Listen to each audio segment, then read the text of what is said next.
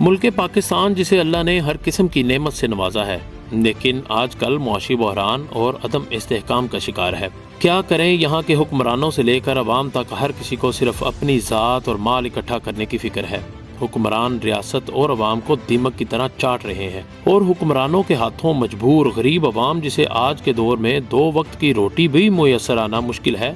وہ بھی اپنے جیسے غریب لوگوں کو جہاں اس کا بس چلتا ہے اس پر ہاتھ صاف کرنے سے دریغ نہیں کرتے۔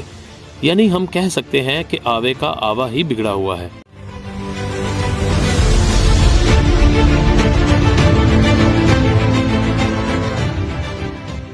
پاکستان میں عدم استحکام کا سفر 2014 سے ہی شروع ہو گیا تھا، جب پاکستان مسلم لیگ نون کی حکومت میں عمران خان نے اسلام آباد میں 124 دن کا دھرنا دے کر قدم رکھا تھا اور پاکستان کی معیشت کو وہ نقصان پہنچایا تھا جو کہ کوئی دشمن بھی نہ کر سکا۔ چینی صدر کا دورہ بھی اسی دھرنے کی وجہ سے منسوخ ہوا، جس کی وجہ سے سی پیک کے وہ منصوبے جو آج تک مکمل ہو چکے ہوتے ابھی تک زیر التوا ہیں۔ پھر خون کے آنسو رلا دینے والا سانحہ APS ہوا، جس نے عمران خان کو دھرنا ختم کرنے کا جواز فراہم کیا۔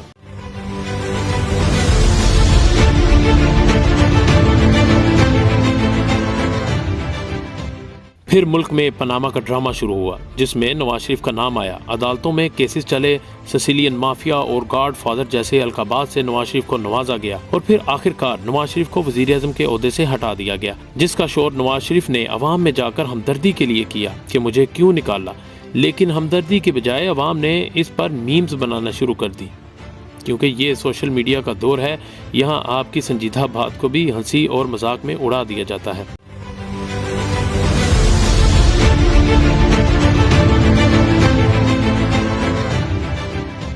2018 میں حکومت تحریک انصاف کے حصے میں آئی۔ اس پر بات کرنا فضول ہے کہ پی ٹی آئی کو اس وقت حکومت کیسے ملی۔ دیکھنا یہ ہے 2018 میں پی ٹی آئی کو حکومت ملی تو عمران خان نے مدینہ کی ریاست کا وعدہ کیا، جسے حافظ سعید نے بھی ویلکم کیا کہ اگر آپ مدینہ کی ریاست کی بات کرتے ہیں تو ہم آپ کو مدینہ کی ریاست بنانے میں مدد کریں گے اور اچھی تجاویز دیں گے۔ عمران خان نے کہا تھا خودکشی کر لوں گا لیکن IMF کے پاس نہیں جاؤں گا، لیکن پھر ہوا کیا؟ پاکستان کی 70 سالہ تاریخ کا سب سے زیادہ قرض پی ٹی آئی دور میں لیا گیا۔ ڈالر کی قدر میں اضافہ بھی پی ٹی آئی دور میں ہوا، پیٹرول اور بجلی کی قیمت میں اضافہ بھی اسی دور میں ہوا، اور آہستہ آہستہ غریب عوام کو مہنگائی کے بوجھ تلے دبا دیا گیا، اور عوام کو کرپشن، چور ڈاکو کی گردان سنا سنا کر ذہنوں میں ایسا فتنہ بھر دیا کہ عوام نے اس جھوٹ کو مکمل سچ سمجھ لیا، جس کا نتیجہ یہ نکلا کہ پاکستان میں بسنے والا ہر شہری جس کی وابستگی کسی نہ کسی سیاسی جماعت سے تھی، وہ پی ٹی آئی کے جھوٹ کے فتنے کو سچ مان کر ایک دوسرے سے لڑنے اور جھگڑنے تک پہنچ گیا۔ گھروں میں پی ٹی آئی اور نون لیگ کی حمایت میں لڑائی بھی کوئی ایسی بات نہیں جو لوگ نہ جانتے ہوں۔ دوست پی ٹی آئی اور نون لیگ کی حمایت میں ایک دوسرے سے ایسے الگ ہوئے کہ بات قطع تلخی تک جا پہنچی۔ معاشرے میں سیاسی جماعتوں کو لے کر لڑائی جھگڑے اور گالم گلوچ کا کلچر شروع ہو گیا۔ سیاسی جماعتوں سے وابستگی کے باوجود گالم گلوچ کا کلچر پہلے کبھی نہیں دیکھا گیا تھا۔ معاشرے میں اس چور ڈاکو کے بیانیے کے فتنے نے ایسا بگاڑ پیدا کیا جس کی مثال شاید ہمیں کسی ہمسایہ ممالک میں بھی نہیں ملتی۔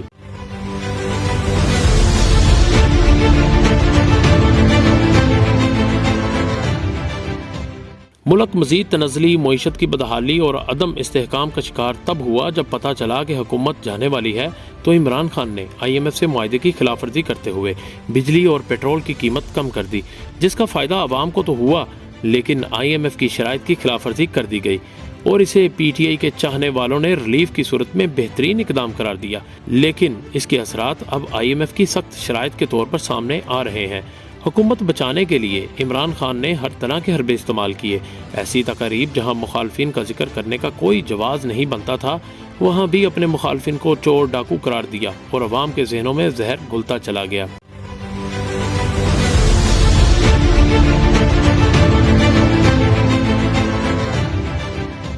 عمران خان نے سائفر کی صورت میں ایک بیرونی سازش کا پروپیگنڈا شروع کیا اور ہر جلسے میں سائفر کا راگ الاپنا شروع کر دیا۔ اسی دوران پھر اپوزیشن کی طرف سے PDM کی صورت میں ایک اتحاد سامنے آیا جس نے عمران خان کو تحریک عدم اعتماد کے ذریعے عہدے سے ہٹایا، اور عمران خان پاکستان کے پہلے وزیر اعظم ہیں جسے عدم اعتماد کے ذریعے ہٹایا گیا، اور شہباز شریف کی صورت میں ملک کو نیا وزیر اعظم ملا۔ لیکن پاکستان کی معاشی حالت ٹھیک کرنے کے لیے 16 ماہ کی اس حکومت کو کوئی خاطر خواہ کامیابی نہ ملی، بلکہ معیشت مزید تنزلی کا شکار اور غریب عوام مہنگائی کی چکی میں پستا چلا گیا۔ اسی دوران عمران خان اپنے جلسوں میں سائفر لہرا کر بیرونی سازش کا ذکر کرتے نظر آئے